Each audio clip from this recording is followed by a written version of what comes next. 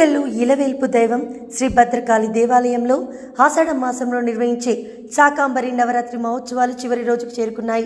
నేడు భద్రకాళి అమ్మవారు ఉదయం మిత్రక్రమంలో, సాయంత్రం చిత్రక్రమంలో దర్శనమివ్వనున్నారు.